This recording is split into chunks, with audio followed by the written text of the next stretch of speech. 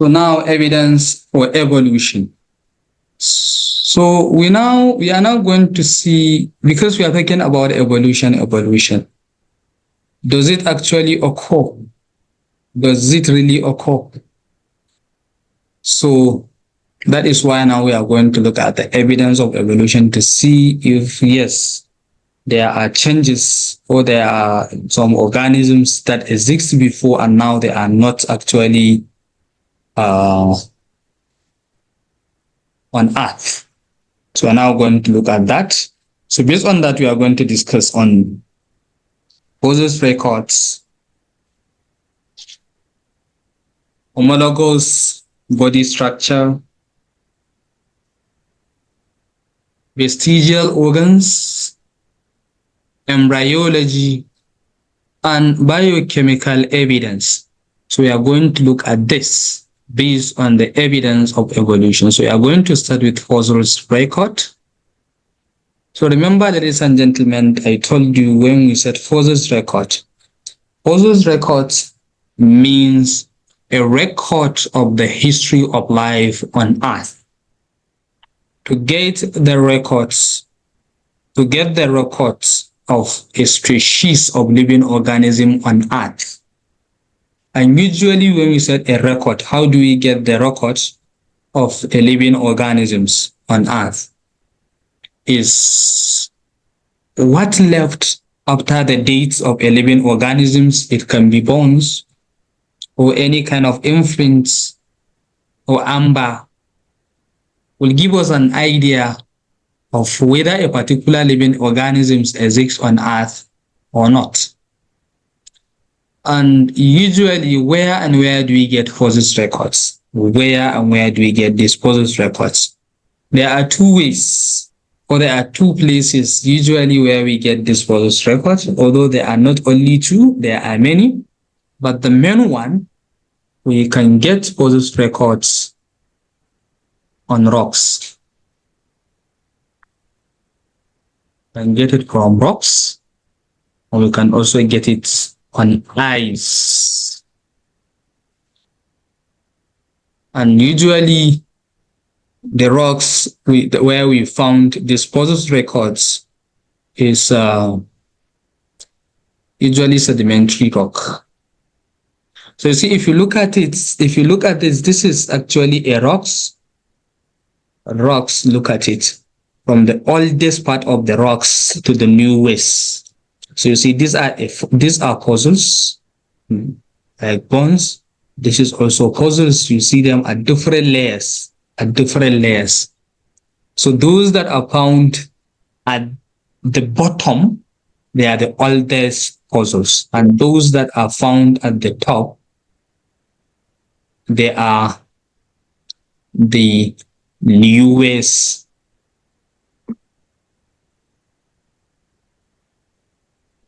fossils. And like for example here, all these layers have their name.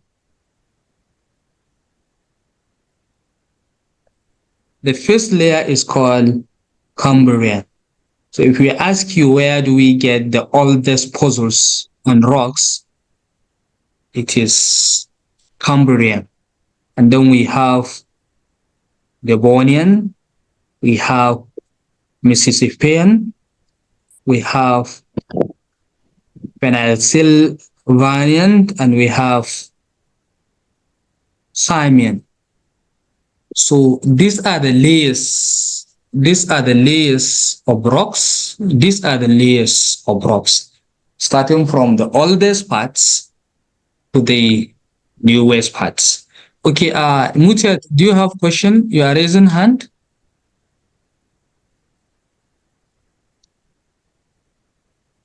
Mutiat. Okay. So that is, yeah, you have question. So those names you are mentioning, they are not clear. I said these layers where these different fossils records are found, they have their names. So the oldest layer, or the layers where the oldest fossils are found, is called Cambrian, and there is also Devonian. There is also Mississippian. There is also Pennsylvanian, and there is also Farmian. So these are the layers that are found on rocks, and each of these layers are responsible for accommodating different types of fossils. So usually if you ask the types of rocks, remember we have different types of rocks. We have sedimentary rocks, we have metamorphic rocks. So the types of rocks where we usually found fossils is sedimentary rocks, is the rocks with different layers. So these are the layers that are found on sedimentary rocks, and this is their names. And each of these layers has a specific types of fossils they accommodate.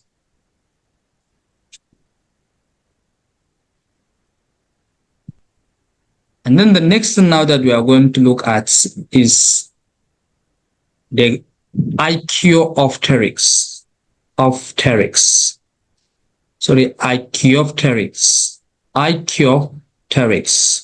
There is a missing link between reptiles and bats.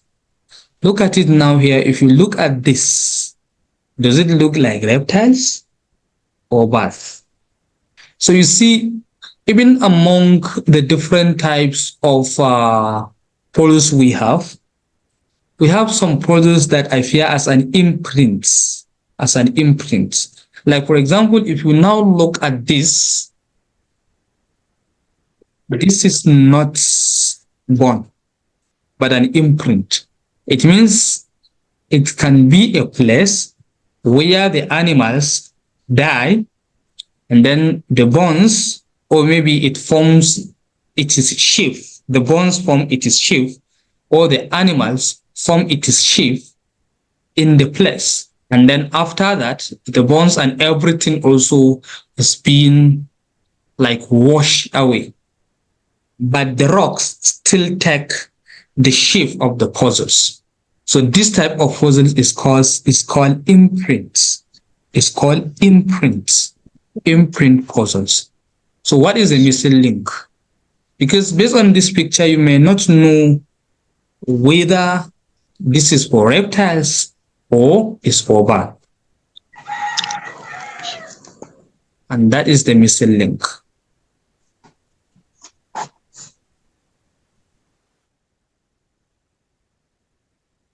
So now the next thing that we are going to look at is the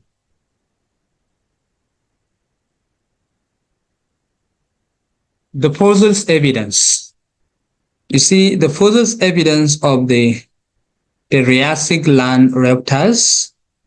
So you see, these are like a different locations where we have some fossils evidence. Like around India, we have Lytrosaurus, and around Antarctica, we have fossils of the fan Golosophtheres found in all of the southern continent, show that they were once joined.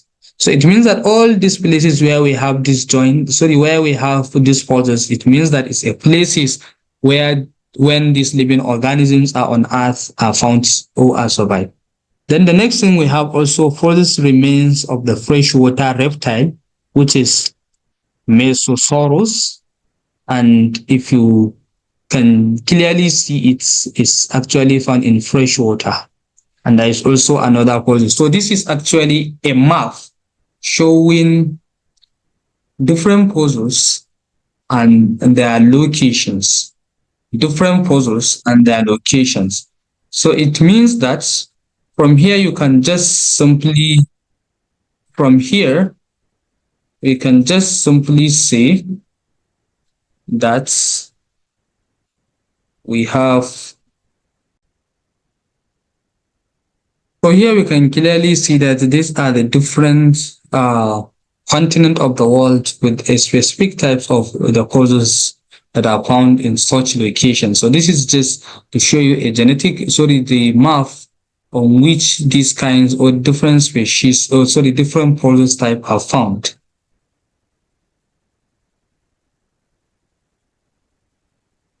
So now the next thing is just the first one for this record here is to tell you that yes, there are some species of living organisms that survive, but because at a time goes on, as a time change, as a time pass on, those kinds of organisms are not longer on Earth because of the change in the environment, and the environment doesn't need them, and that is why they are not eliminated.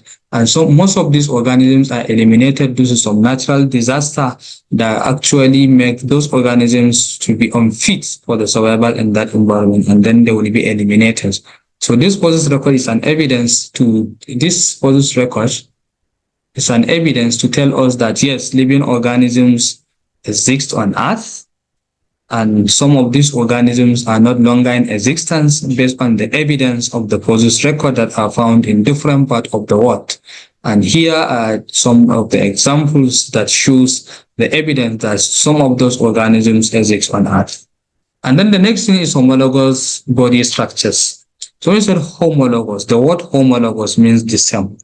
So because of the evidence of common ancestor, that different living organisms came from the same ancestor, so it is actually came to affair that some organisms have similar anatomy despite the fact that those organisms are not the same. There are different types of animals, or there are different types of organisms, but because of the issue of common ancestor, they tend to have similar structure. So now let's look at it here. So you see these are birds. These are bats, these are dolphin, these are human arm. So if you look at all these bones, they have similar structure, and this is what we call homologous body structure. So this is because if you look at it all, they have phalanges. Look at the phalanges. They have metacarpals, they have metacarpals, they have metacarpals, and this one have carpometacarpals. They have radius, they have ulna. So if you look at the structure, you see that they are similar. So this is what we call homologous structure. So homologous structure is an evidence of evolution, despite the fact that there are different animals, there are different species of organisms, but because of the issue of common ancestors, those living organisms or those animals still maintain similar body structure, and that is what you call homologous. So look at it. This is also ancient love fish. Look at turtle, look at alligator, look at bird, look at mammal. They have similar structure. Look at it. The structure are similar, despite the fact that they came from different there are different types of animal. There are different types of animal. But look at the ancient blue-finned fish. So it means that definitely all this alligator, turtle, mammals came actually from the fish. So now the next thing is vestigial organs. What are the vestigial organs? Vestigial organs means left over. That is traces of evolution that serve no purpose. When we said vestigial organs are organs that are found in animal, but they have no purpose, they have no use in an organism. So that one is the traces of evolution that tells you that okay, organisms, that a particular organisms have some organs in them. They have some organs in them that before the evolution, those organs are important or have some specific functions. But as a result of a change that happened in that particular environment due to evolution, those organs remain on purpose. So look at it. How do you explain the presence of these bones, vestigial structures, in a python? So look at it. In a python, we have pelvic girdle, and in human, we also have pelvis girdle. We have coccyx, we have femur, and we have vestigial column. So all these are vertebral column. So you see, vestigial organs are those organs in star. Their organs in star, so they have no purpose. And then the next thing is anatomy. Sorry, it's embryology. So embryology, that is embryos of all vertebra are very similar early on. So look at it. This is fish, reptile, bird, human. So you see there are different animals, but at the early stage of the embryo, all the embryo look similar. They are very similar. So this is the evidence of evolution to tell us that yes, we came from the same ancestor. Oh yeah, we came from the same ancestor, and that is why our embryo look the same. So we have this. Look at it. This is pharynx, pouches. This is post-anal tail. This is human embryo, and this is chick embryo. So if you look at it, they have similar organs with similar functions and as well as similar anatomy. So then the next thing is biochemical evidence. So biochemistry, DNA with more similar sequences suggests species are more closely related. Like for example, in biochemistry, you can isolate the DNA or protein from humans and you can just compare them. So studies have shown that human and chimpanzees share more than 98% of identical DNA sequence. So if you isolate the DNA from chimpanzees and you isolate DNA from human, their similarity in DNA is more than 98%. In fact, if you check some other textbooks, you will see that the similarity is 98.5%. It means that it's only 1.5% differences in our own genome and their own genome, and that's what makes them different from the way we are. Because, ladies and gentlemen, let me tell you this. DNA is the language of life. You are the way you are because of your DNA, and I am the way I am because of my DNA. You are intelligent because of your DNA. I am intelligent because of my DNA. You will be dull, or you are dull because of your DNA. And also you are smart because of your DNA. You are beautiful because of your DNA. You are short because of your DNA, and you are tall because of your DNA.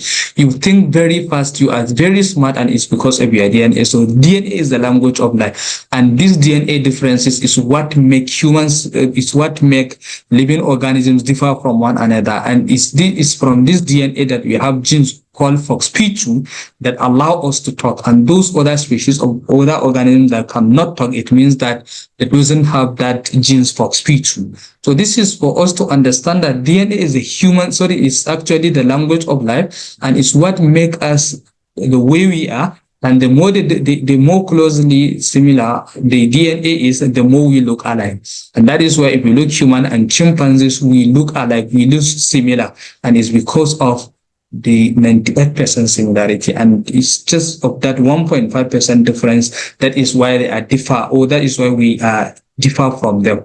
But assuming now you actually make some arrangement with some sequences, add some sequences that will make these organisms to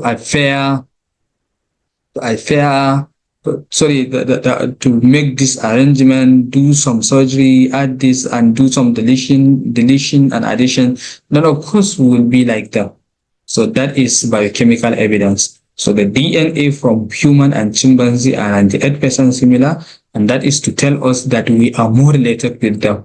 And how are we related? And in fact, I even told you that human beings and chimpanzees, they came from the same ancestor. We came from the same ancestor with chimpanzee, and that is why we look alike. And also at the same time, we have 98% similarity in terms of our DNA sequences. So also at the same time, the number of chromosomes is 48, and our own is 46. So this is very relevant. So we look more closely together, and that is to tell us that we come from similar ancestor. So summary of Darwin's theory. So individuals in nature differ from one another. So we should get this individuals. Like for example, the Dev Data Enterprise here, the Fatima, the Mutiats, we are all differ from one another. Although we are human beings, but we are differ from one another. So Charles Darwin is actually the naturalist that was able, or the scientist that was able to demonstrate that even within the same species of organisms, they may differ from one another. And organisms in nature produce more offspring that can survive. And many of those who do not survive do not reproduce. So individuals best suited for the environment survive and reproduce more successful, and species changes over time. So these are the theory of Darwin's. And I think last time I have talked about the Lamarck's theory, but let me just briefly talk on it. So Jean-Baptiste Lamarck's actually the tendency toward perfection, that is draftness, use and disuse. So Jean-Baptiste Lamarck's theory is called use and disuse, that if any part were used, it got stronger. And if body part not used, it deteriorates. I think this is correct. If you are using more of your left hand, it means your left hand will be more stronger. And if you are not using your right hand, then it may be possible it will be deteriorate. The inheritance, we also call it inheritance of acquired characters. That acquired changes were passed to offspring. What do we call acquired changes? It means that if you are using your left hand and it now becomes stronger, so as a result, and you use your left hand and it becomes deteriorates, it means that this is an acquired character. Why is it's called acquired character? It's because it's a character that you acquire during your lifetime. So ladies and gentlemen, we are going to rejoin again.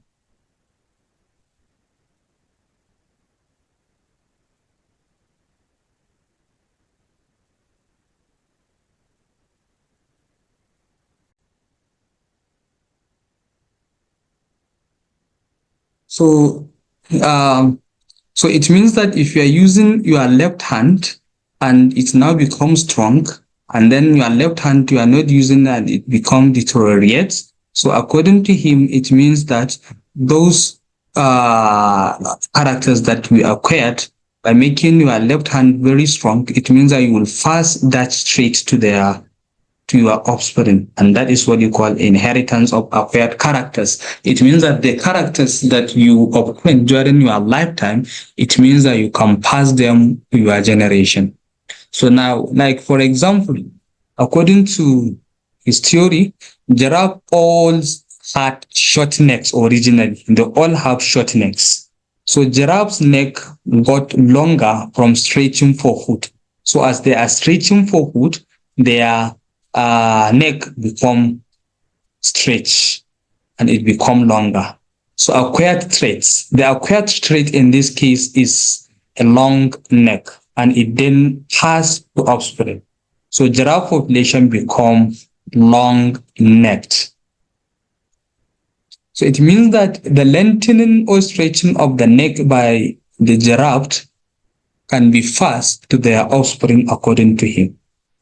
It will be passed to the offspring according to his theory. And the traits or the acquired character is the long neck. Okay? Then, was he correct? What are the Lamarck's mixtapes? Was he correct? No. Because any character that you obtain during your lifetime, you cannot pass them. Like, for example, according to him, what he means is that if you know biology during your lifetime, it means that you will pass that knowledge of biology to your offspring. And then second, so the answer is no, he is not correct. So the traits are passed down from one generation to the next by genes. So that is only what happened. If you have a trait in your genes, maybe in your brain you are intelligent. So why are you intelligent is because of the genes in you. They are strongly associated and related with that of your intelligence. So that is the only thing that you can pass. So if it is not in a gene, so any character cannot be passed. So not by an individual's life experience or activities, and it's not by an individual life experience. So you cannot pass your individual life experience or activities to the young ones. So Lamarck did not know how traits were inherited.